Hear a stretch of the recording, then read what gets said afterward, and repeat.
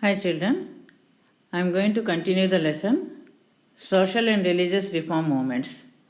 Now let us have a quick recap of what we learnt in the first part of the lesson. We first learnt what are social and religious reform movements and how Christian missionaries came to India for the spread of Christianity, and also invention of printing press and how it helped in propagating the ideas of the social reformers and religious reformers. Brahma Samaj established by Raja Ram Mohan Rai, and also Keshav Chandra Sen, who toured in Maharashtra, and he founded the Prarthana Samaj, and Ramakrishna Mission, Swami Vivekananda. What are the steps taken by Swami Vivekananda, what he wanted to do, what type of reforms he wanted to be brought in Hinduism, and Arya Samaj, which was established by Dayanand Saraswati, and he gave the slogan, "Go back to Vedas." He wrote the book Satyartha Prakash, and reforms and education among Muslims, how they protested against modern education because it was against the teachings of Islam, and Sir Syed Ahmad Khan, who was one of the most famous social and religious reformer among the Muslim communities. And he started Mohammedan Anglo-Oriental College at Aligarh in 1875. And social reforms and women. And how the women were deprived of their rights to property, rights to equality, and also right to vote. They were not given to the women for many years, and after struggling for many years they got it. And how the practice of sati was prevalent in the society in those days, and minimum age of marriages, different acts which were passed limiting the age. And lastly, in 1978, it was limited to 18 years for girls and 21 years for boys.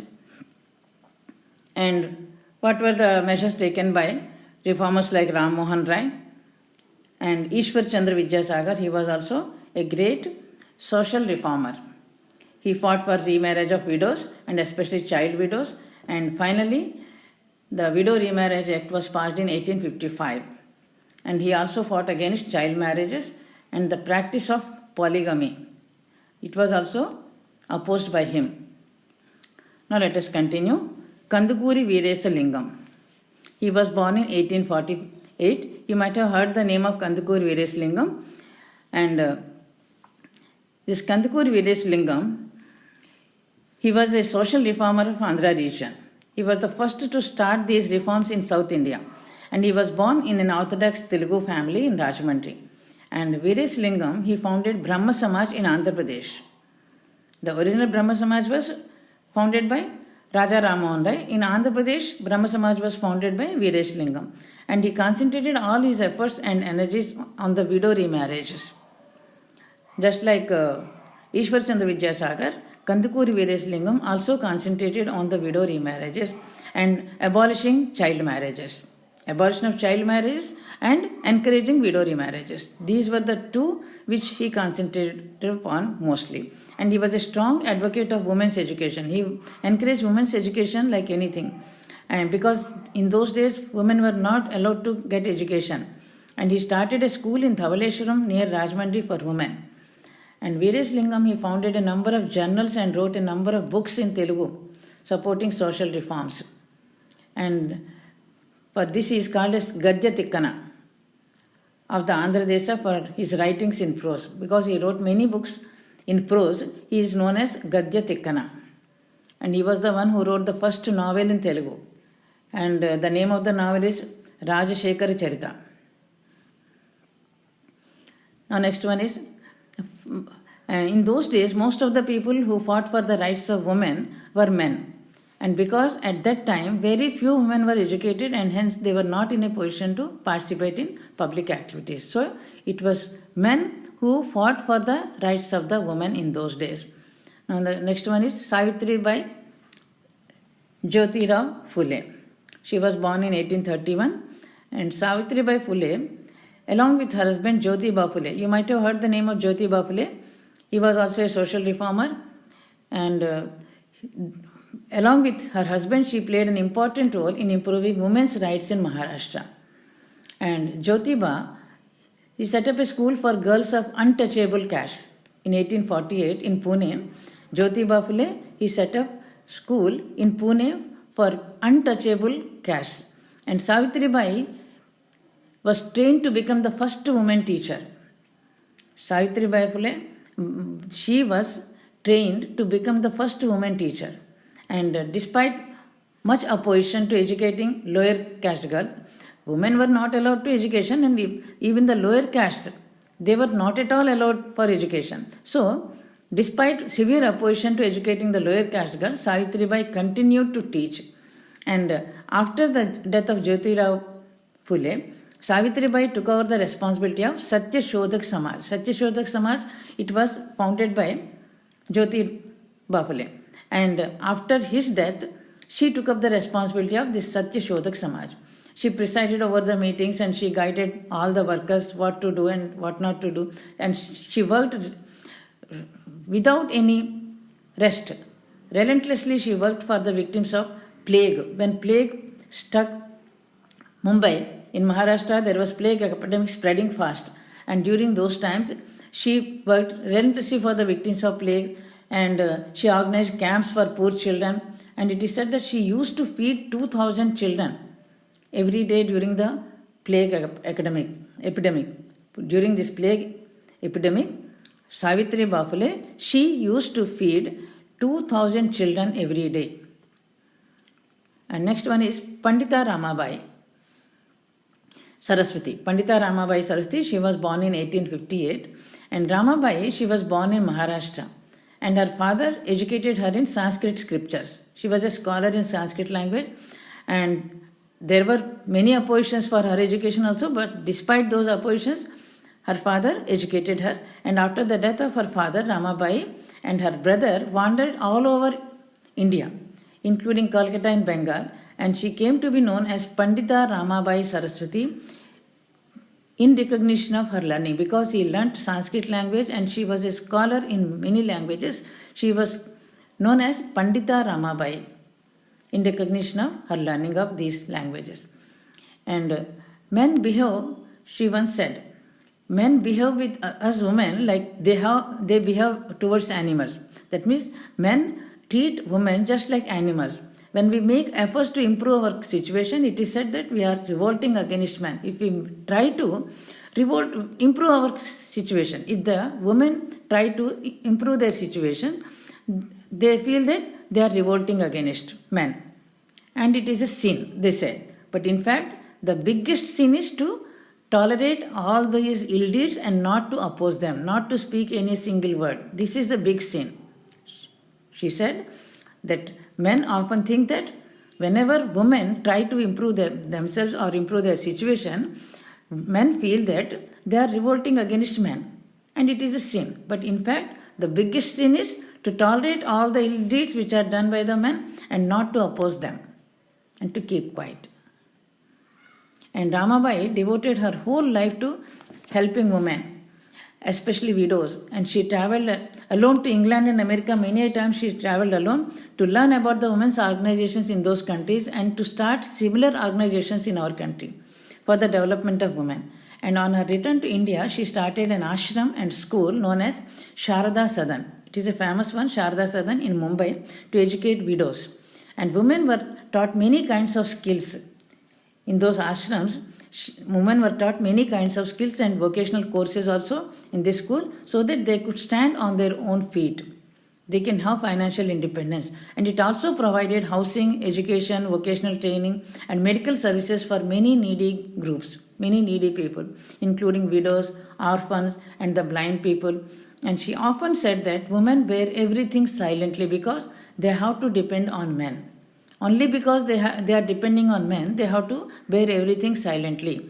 And unless they become self-supporting, unless they support themselves and they stand on their own feet, they cannot assert their rights. If they stand on their own, they can assert their rights. Now, education among Muslim women. From the early 20th century, Muslim women like Begums of Bhopal, they played a crucial role in promoting education among women. In promoting women's education, these Begums of Bhopal, they played a crucial role. And another remarkable woman, Begum Rokeya Shekhawat Hussain, she started schools for Muslim girls in Patna and Calcutta. And she fearlessly criticized the conservative ideas. Conservative ideas means to conservatives, they believe that all that is old must be preserved. That means we must believe in the past, in old traditions. We should never get rid of those old traditions and all. We should never remove those old traditions. Believing in the past traditions, that is called conservative ideas. And she fearlessly criticized these conservative ideas, arguing that religious leaders of every faith, every religion, accorded an inferior place to women. According to all the religious faiths, all the religious textbooks, they gave an inferior place to women. And that is to be fought against. And as a result of the efforts of these social reformers, schools and colleges were opened for girls, and many of them even became doctors and teachers. Now we can see the women are leading in each and every field.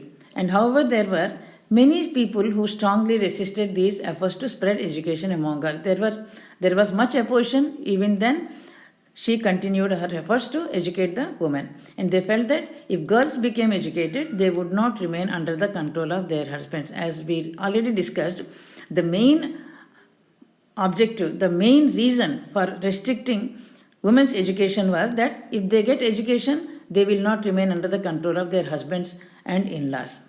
And they would not do household duties.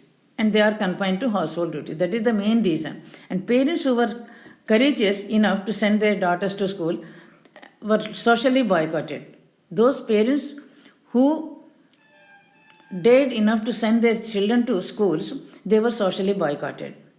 And many families began opting for social change, and slowly girls began to study in schools and colleges also. And now we can see they are equally studying along with boys and men.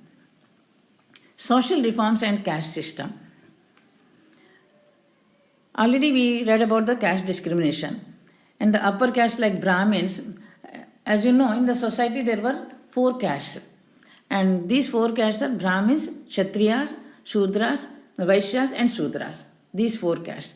And among these Brahmins, they feel that they are the superior race. And Brahmins, they are only allowed to read, study Sanskrit. And Kshatriyas, they are warriors. They protect the country. And Vaishyas, traders. And Shudras, they belong to the lowest caste and they are untouchables. And they were not allowed to enter temples, draw water from the wells used by the upper caste, and to learn to read or write or study scriptures. They were not allowed for all these things because they were untouchables. They were treated as untouchables. And they were seen as inferior human beings. And their only work was serving the upper caste. Because they belong to the lowest caste, they have to serve the upper caste. And rulers of those times enforced such caste discrimination by punishing those who did not follow the caste norms. Even the rulers also encouraged this caste discrimination during their rule. And with the starting of British rule in India, this started to change. This caste discrimination was slowly changing with the establishment of British rule in India. Because the British courts, they implemented the same laws for all. There is no discrimination in British laws. Same laws were implemented and applied to all the people. And the Christian missionaries and the government opened schools where admission was open to all the children. Irrespective of their caste, background or religion, admissions were open to all the children. And the missionaries were particularly active in educating the children of lower caste, because who had till then been deprived of all education, the missionaries gave more importance to their education. And the government service, especially in the army, was now open to all, and many people from caste considered low, from lower caste also many people, they could join the army. And many moved to new emerging towns to find new kinds of employment. In various activities they could get employment. And all this brought about changes in the position of the lower caste. and who began to question caste-based discrimination. When they got education, once they got education, they started questioning the caste-based discrimination. Why this discrimination? That was the main question. Now let us see how this happened and who were the people who led these movements for equality and for ending the caste system. Jyotiba Phule. As already we have discussed, Jyotiba Phule, he started the Satya Shodhak Samaj. He was born in Maharashtra and he studied in schools set up by Christian missionaries. And the turning point in Jyotiba Phule's life occurred when he joined the marriage procession of his Brahmin friend. Once he attended a marriage procession of his Brahmin friend and he was insulted by the family members. Because Brahmins, they used to consider themselves as the superior in the society. So he was insulted by his family members. And on growing up, he developed his own ideas about the discrimination in caste society. And he set out to attack the claim of the Brahmins that they are superior to others. Because he was insulted on the basis of his caste, saying that Brahmins were the superior caste, he wanted to attack the claim of the Brahmins that they were superior. He did not want to establish this caste system in the society. He was opposing it. He proposed that Shudras, that is laboring caste, and Atishudras, that is untouchables, they should unite to challenge caste discrimination. Both these Shudras and Atishudras, they should unite together to challenge this caste discrimination in the society. Jyotiba Phule founded Satya Shodhak Samaj. He wanted to build a new society based on truth and equality of all the people. So for that he founded Satya Shodhak Samaj. He and his wife Savitribai Phule started a school for girls of the Mahar and Mang caste. Mahar and Mang caste, they are scavenging caste. They are called as Mahar and Mang caste. And for the girls of these two castes, schools were started by Savitribai Phule and Jyotiba Phule. And they had to face the opposition of even their near relatives when they started schools for these lower caste people, that is Mahar and Mang caste. They had to face opposition of even their near relatives. And Phule, he wrote several books like Gulamgiri. Gulam is slave, attacking caste system which he equated with slavery. He felt that caste system is like slavery.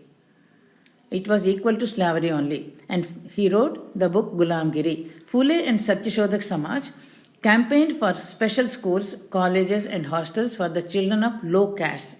He wanted to establish special schools and colleges and hostels for the low caste people, where the teachers too would be from low caste. In those schools and colleges, even the teachers will be from low caste. And they conducted competitions in essay writing, debates and public speaking also in these schools and colleges, so that they can gain confidence and self-respect. And they called upon the low caste to conduct marriage and death ceremonies without the help of the Brahmins. Actually, without Brahmins, no ceremony can be conducted. But they asked the low caste people to conduct marriages and death ceremonies also without the help of the Brahmins. Because he wanted to boycott the supremacy of the Brahmins in the society. Now, Narayana Guru. He was born in 1856, Narayan Guru. He was a religious leader. And he preached the idea of one jati, one God and one religion for all. One jati means one caste, one God and one religion for all. That means he was also against caste discrimination. All the people belong to only one caste and one God. There is only one God and one religion for all the people. And his father was an Ayurveda doctor. And he also ran a school for children in which Narayana studied in the same school.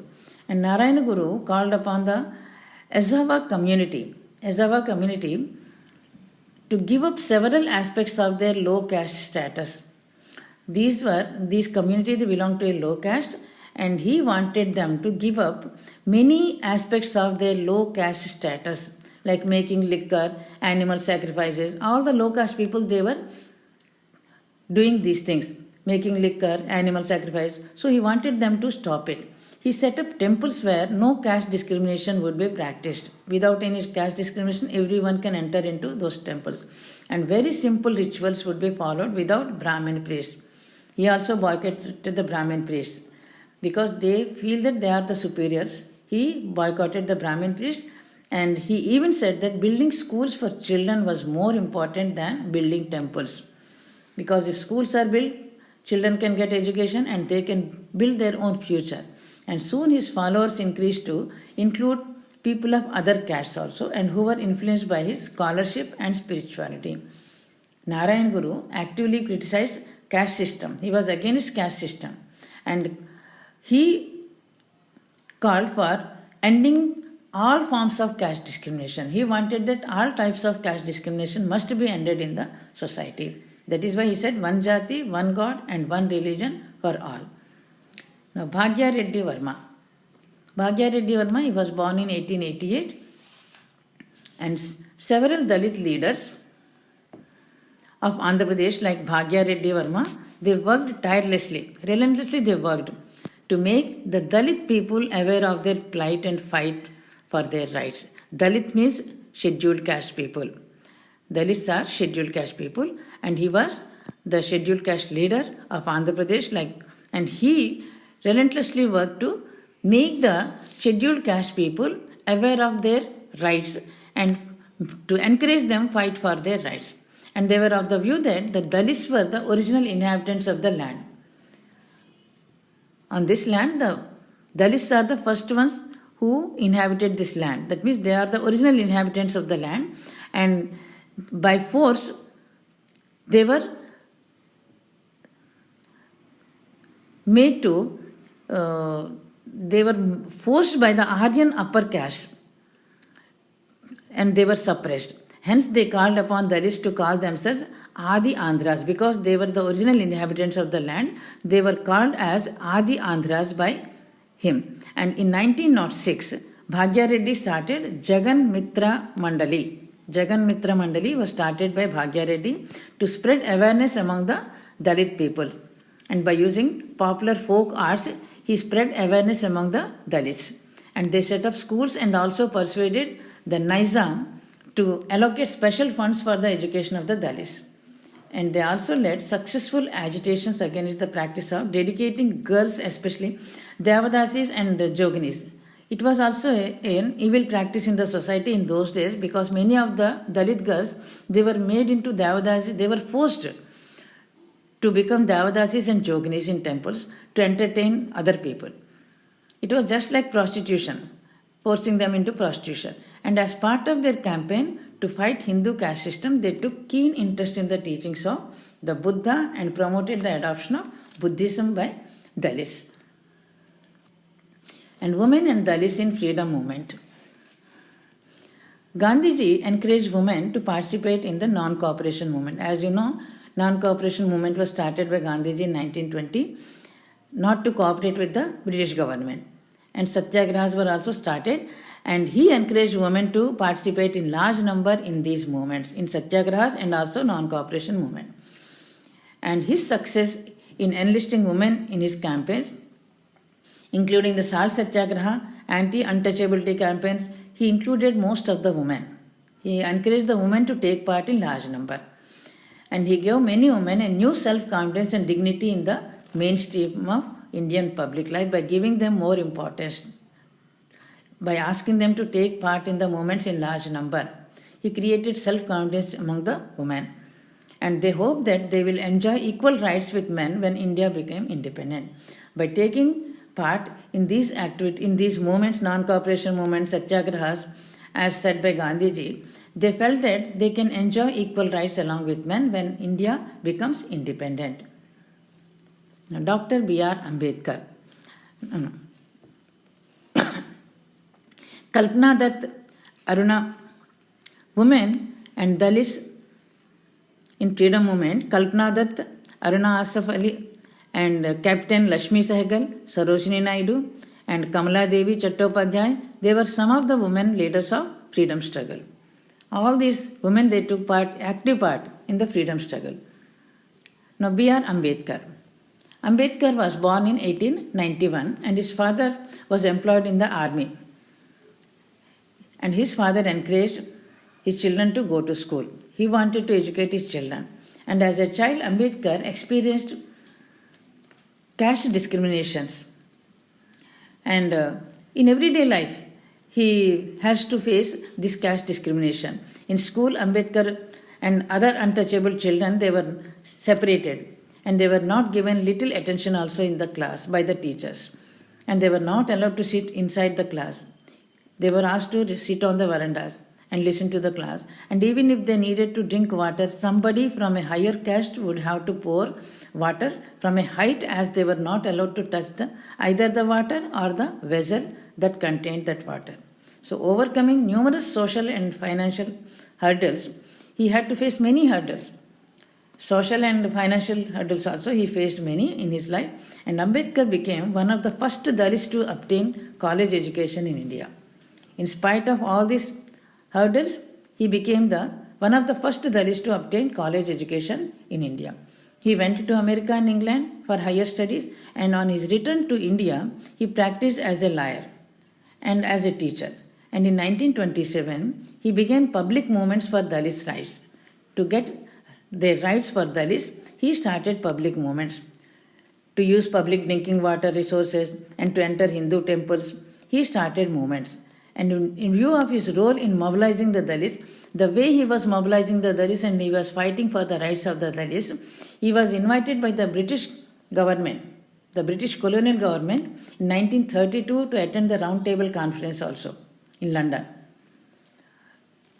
On political future of India, this conference was being held in London, and he was invited to attend this Round Table Conference. And he argued that the Dalits should vote separately for Dalit. In the Round Table Conference, he argued that the Dalits must be given an opportunity to vote separately for Dalit candidates. That means Dalit candidates will contest in the elections, and only Dalits will elect these Dalit candidates to the legislatures.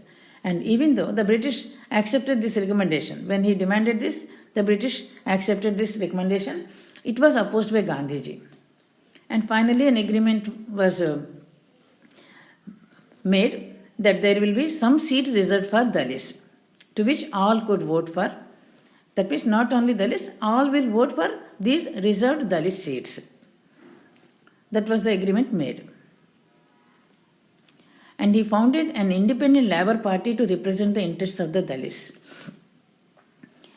And around 1932, Gandhiji started a movement against untouchability. And he was the first one to call the untouchable caste as Harijans. Harijans means people of God. And he wanted to make sure that they are given equal access to temples. That means they are also given entrance into the temples, water resources and schools. And this campaign was taken up by the Congress in a big way and helped to bring millions of Dalits into the national movement. And after independence, in 1947, Ambedkar was invited to serve as the nation's first law minister. After India got independence, B.R. Ambedkar, he became the first law minister of the country, and Ambedkar was appointed as the chairman of the drafting committee also. Drafting committee was appointed to draft the constitution of newly independent India, and he became the chairman of the drafting committee. And the text prepared by Ambedkar provided constitutional guarantees and protections and even civil liberties for individual citizens, including freedom of religion, abolition of untouchability. He was only responsible for abolishing untouchability. Through Article 17 of the Constitution, untouchability was abolished, and the outlying of all forms of discrimination. And he prepared the Constitution in such a way that all forms of discrimination were put to an end. And Ambedkar argued for extensive economic and social rights for women, and he also won the Constituent Assembly's support for introducing a system of reservation of jobs. So reservations were made for women in jobs and civil services, and schools and colleges for members of scheduled castes and scheduled tribes. Reservations were gained, and towards the end of his life, he converted into Buddhism. And that is the end of the lesson. As usual, I am giving homework. Read full lesson and complete the blanks in material.